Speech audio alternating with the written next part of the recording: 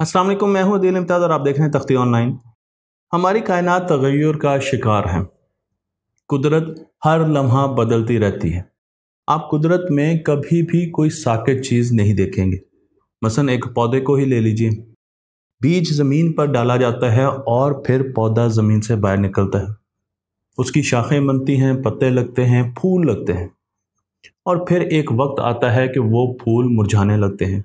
उनकी पत्तियां ज़मीन पर गिरने लगती हैं और आहिस्ता आहिस्ता फूल ख़त्म हो जाता है। बिल्कुल इसी तरीके से हमारी कायनात में और हमारी ज़मीन में हर चीज़ वक्त के साथ बदलती रहती है। कुदरत की खूबसूरती ही ये है कि वो वक्त के साथ बदलती रहती है। लेकिन इंसान जितनी भी डिज़ाइनिंग करता है उसमें से अक्सर वक्त के साथ बदलती नहीं है, इर्तिका का शिकार नहीं होती है और उसमें बिल्ट इन प्रॉपर्टी ही नहीं रखी जाती। आज मैं आपको एक ऐसे शोबे की तरफ लेकर जा रहा हूं जो कि बहुत नया है। हमारे बच्चों को तो इस शोबे के बारे में बिल्कुल ही इल्म नहीं है, लेकिन ये एक ऐसा मुनफरद शोबा है जिसमें मुस्तकबिल में बहुत ज़्यादा तरक्की होगी। जी हाँ, मैं आपको लेके जा रहा हूँ कोरियोग्राफी की एक ब्रांच की तरफ, जिस पर एक बहुत बड़ी टेक्नोलॉजिस्ट जिनका नाम है लोनिके गॉर्डन। लोनिके गॉर्डन एक खातून है और उन्होंने एक किताब लिखी है ड्रिफ्ट।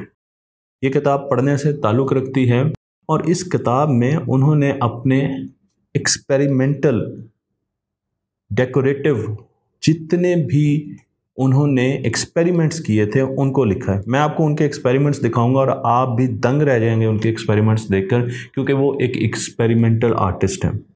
वो इर्तिका के साथ और चीज़ों को रिपीट कर करके सीखती हैं और चीज़ों को, अपने डिज़ाइंस को बेहतर करती रहती हैं। तो उनके पास दो चीज़ें हैं, एवोल्यूशन एंड इटरेशंस। इनके ज़रिए वो अपने डिज़ाइन को बेहतर करती हैं। तो सबसे पहले उन्होंने 2006 में सोचा कि पौधे फूल खिलते हैं, मुरझाते हैं, मूव करते हैं, सिकुड़ते हैं, फैलते हैं, ऊपर जाते हैं, नीचे जाते हैं, लेकिन हमारे कमरों में लगी हुई रोशनियाँ एक ही जगह पर रहती हैं। इस वक्त मेरे पास भी जितनी रोशनियाँ मौजूद हैं वो अपनी जगह पर साकित हैं और एक ही इंटेंसिटी के साथ रोशनी दे रही हैं। तो आखिरकार रोशनियाँ ऊपर क्यों नहीं जा सकती, नीचे क्यों नहीं जा सकती, श्रिंक क्यों नहीं हो सकती, फैल क्यों नहीं सकती? बिल्कुल ऐसे ही जिस तरीके से हम जंगल में से जा रहे हैं और हमारे गिर्द जुगनू उड़ते फिर रहे हैं, फूल खिल रहे हैं, चमकने वाले फूल, जेलीफिश समंदर के अंदर चमकती है, हम इस तरीके की रोशनियाँ और लाइट्स क्यों नहीं बना सकते? तो उन्होंने पहली मर्तबा सोचा कि वो ऐसी जगमग रोशनियाँ बनाएंगी जो खिलेंगी। मैं आपको यहाँ पर उनकी बनाई हुई जगमग रोशनियाँ दिखा रहा हूँ, लाइट्स दिखा रहा हूँ, जिनको बनाने के लिए मोटर्स का भी इस्तेमाल हुआ और पिस्टन का, क्योंकि हमने उनको मूव करवाना था। इनके लिए प्रोग्रामिंग की भी ज़रूरत थी और इनके साथ इलेक्ट्रॉनिक कार्ड लगे थे जिन पर सोल्डरिंग के लिए भी डॉक्टर साहबा को, मुझे नहीं मालूम ये डॉक्टर साहबा हैं कि नहीं है, लेकिन इनको, गॉर्डन को बहुत ज़्यादा काम करना पड़ा। और फिर उन्होंने पहली मर्तबा ऐसे फूल बनाए जो कि एक इमारत को रोशन कर देते हैं।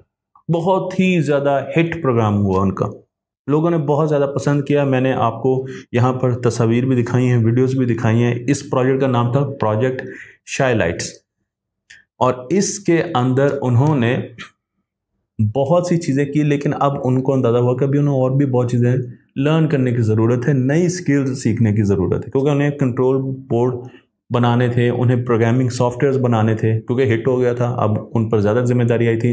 मैकेनिकल स्ट्रक्चर्स बनाने थे जो कि मूवमेंट दे सकें और उसके साथ साथ उन्हें ग्रेविटी पर अबूर हासिल करना था, क्योंकि ग्रेविटी के मुकाबले में इन चीज़ों को उसके मुखालिफ कैसे मूव करवाना था, इसके लिए कोरियोग्राफी की ज़रूरत थी, उनको ड्रेसिंग की ज़रूरत थी। तो बहुत सी ऐसी चीज़ें थी जिनमें उन्हें अब मास्टरी चाहिए और ये काम उन्होंने शुरू कर दिया। उन्होंने एक छोटी सी टीम बनाई और ये काम करने शुरू कर दिए। लेकिन उनकी आरजू ये थी कि इन रोशनियों में इमोशंस, जज्बात का आना बड़ा ज़रूरी है, क्योंकि जब भी हम सब्ज़ रंग के दरख्त को देखते हैं, उस पर गुलाबी फूलों को देखते हैं, तो सबसे पहले जो चीज़ हिट होती है हमारी बॉडी के अंदर वो हमारे जज्बात होते हैं। तो इमोशंस, अगर कोई ब्यूटी इमोशन, अगर कोई खूबसूरती इमोशंस नहीं लेके आ रही तो उसका फ़ायदा नहीं है। इसलिए वो ये चाहती थी कि वो अपनी इन आर्टिस्टिक डिज़ाइंस में इमोशंस को किसी तरीके से लेके आएँ ताकि इंसान के जज्बात को उभार सकें। वो अक्सर परिंदों के झुंड को देखती थी। मैं आपको यहाँ पर मर्मरेशन दिखा रहा हूँ गई कि परिंदे किस तरीके से झुंड में मूव करते हैं, ऐसे लगता है जैसे वो किसी रिदम पर नाच रहे हैं। बिल्कुल इसी तरीके से वो रोशनियाँ बनानी चाहती थी जो कि हवा में परिंदों की तरह गौर दर गौर रिदम में मूव करें। लेकिन उसके लिए जो टेक्नोलॉजी का इस्तेमाल उन्होंने किया वो बज़ाहिर बड़ा सतही था। उस वक्त हमारे पास टेक्नोलॉजी मौजूद नहीं थी। प्रोग्रामिंग उन्होंने सीख ली थी और उन्होंने काफ़ी हद तक डिज़ाइनिंग के लिए भी बंदे हायर कर लिए थे। उन्होंने इन परिंदों के रवैयों को पढ़ना शुरू कर दिया, इनके बिहेवियर को देखना शुरू कर दिया और फिर ड्रोन्स बनाने शुरू कर दिए। मैं आपको यहाँ पर उनके ड्रोन्स भी दिखा रहा हूँ। बहुत से ड्रोन्स उन्होंने उड़ाए जो कि हवा में बिल्कुल वैसे ही उड़ रहे थे जैसे कि परिंदे। लेकिन ये ड्रोन उनके अंदर किसी किस्म के जज्बे को सामने ना ला सके। उन्हें बहुत मायूसी हुई क्योंकि ऐसे लग रहा था कि शायद हम किसी साई-फाई शो में आ गए हैं जो कि बहुत तकनीकी तो है लेकिन इसमें जज्बात का कोई अमल दखल नहीं है। ये बिल्कुल नेचर के पास नहीं है, कुदरत से बहुत दूर है। खैर वो मेहनत करती रही, उन्होंने ड्रोन्स को छोटा किया, उन पर लाइटिंग की, उनके रिदम्स को बेहतर किया, बहुत ज़्यादा सिंक्रोनाइजेशन दी, मैनूवर्स किए और पहला टेस्ट उनका हुआ 2018 में जब उन्हें बर्लिन में एक बहुत बड़े शो की जो इनॉग्रेशन जो शुरू की तकरीब थी उसमें उन्हें परफॉर्म करना था।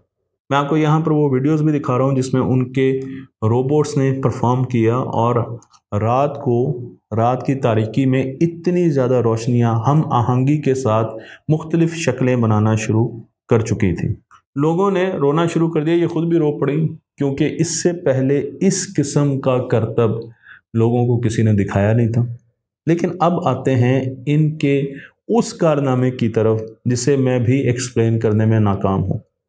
मैं आपको लेकर चलता हूँ एक म्यूज़ियम में, एक आर्ट गैलरी में जो कि इन्होंने बनाई है और उसके अंदर एक बहुत बड़ा डब्बा आपको हवा में मुअल्लक हुआ नज़र आ रहा है। यहाँ पर लगता है ऐसे है जैसे ग्रेविटी का कोई नामो निशान भी नहीं है। अगर मैं आपको ये कहूँ कि ये डब्बा कंक्रीट का बना हुआ है तो आप पहले तो हंसेंगे और फिर कहेंगे कि ये कैसे पॉसिबल है, लेकिन हकीकत यही है कि ये डब्बा कंक्रीट का बना हुआ है जो कि इस वक्त हवा में मुअल्लक है। अब सवाल ये होगा कि क्या ये कंक्रीट असली है या ये शोबदेबाजी है। जो इन्फॉर्मेशन हमें मिली है उसमें ये क्लेम किया जा रहा है कि ये कंक्रीट असली है। इसके गिर्द नीचे से लोग भी घूमते हैं और ये कॉन्सेप्ट सबसे पहले एक किताब में दिया गया जिसका नाम था यूटोपिया। यूटोपिया थॉमस मोर की एक किताब है जो कि 1516 में आई जिसमें फ्लाइंग कंक्रीट का एक कॉन्सेप्ट दिया गया था। उस वक्त ये एक फिक्शन थी, आज ये हकीकत बन चुकी है। गॉर्डन ये कहती हैं कि उन्होंने इस वक्त की वो सारी टेक्नोलॉजीज देखी जो कि लेविटेट कराती हैं, हवा में किसी चीज़ को रखती हैं, लेकिन वो सारी टेक्नोलॉजीज बहुत सतही किस्म की थी। इसलिए उन्होंने एक नई टेक्नोलॉजी बनाई और उसके ज़रिए उन्होंने इस पूरे कंक्रीट की एक बहुत बड़े जायंट को हवा में मुअल्लक किया। अगर इस जायंट की आप डायमेंशंस देखें तो ये 5 इंटू 2.5 इंटू 2.5 मीटर का है साइज़ में, यानी 5 मीटर 2.5 मीटर साइज़ है। फ्लोट कर रहा है, वेटलेसनेस है। ग्रेविटी कहाँ पर गई हमें मालूम नहीं है क्योंकि इसके गिर्द लोग मौजूद हैं, वो ज़मीन पर है, तो इसका मतलब ये है कि इसको एंटी ग्रेविटी से तो शायद उठाया नहीं गया।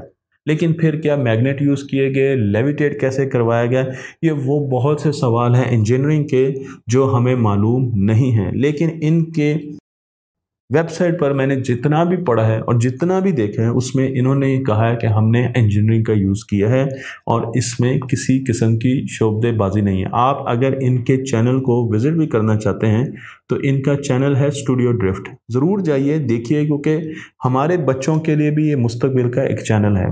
हमारे बच्चे जो NCA में हैं, जो मुख्तलिफ़ किस्म की कोरियोग्राफी कर रहे हैं, डिज़ाइनिंग कर रहे हैं, इंजीनियरिंग कर रहे हैं, उन्हें मालूम होना चाहिए कि किस तरीके से हम मुख्तलिफ़ चीज़ों को इकट्ठा करके मुस्तकबिल की चीज़ें बना सकते हैं। आप हैरान रह जाएंगे इनका काम देख के क्योंकि इनका काम बहुत ही आला है और जो कंक्रीट मैंने आपको दिखाया है उसे हम फिलहाल तो एक्सप्लेन नहीं कर पा रहे, लेकिन हमारी कोशिश होगी कि जैसे इनसे हमें कोई इन्फॉर्मेशन मिलती है, क्योंकि इस वक्त तक जो जितनी भी टेक्नोलॉजी हमारे पास आई है उसमें हम बहुत छोटी चीज़ों को बहुत छोटे हाइट पर लेविटेट करा सके हैं, लेकिन इतना ऊंचा इतने बड़े डब्बे को लेविटेट कराना, इसके पीछे क्या टेक्नोलॉजी का इस्तेमाल हो रहा है, क्योंकि लोग अपनी आंखों से देख रहे हैं।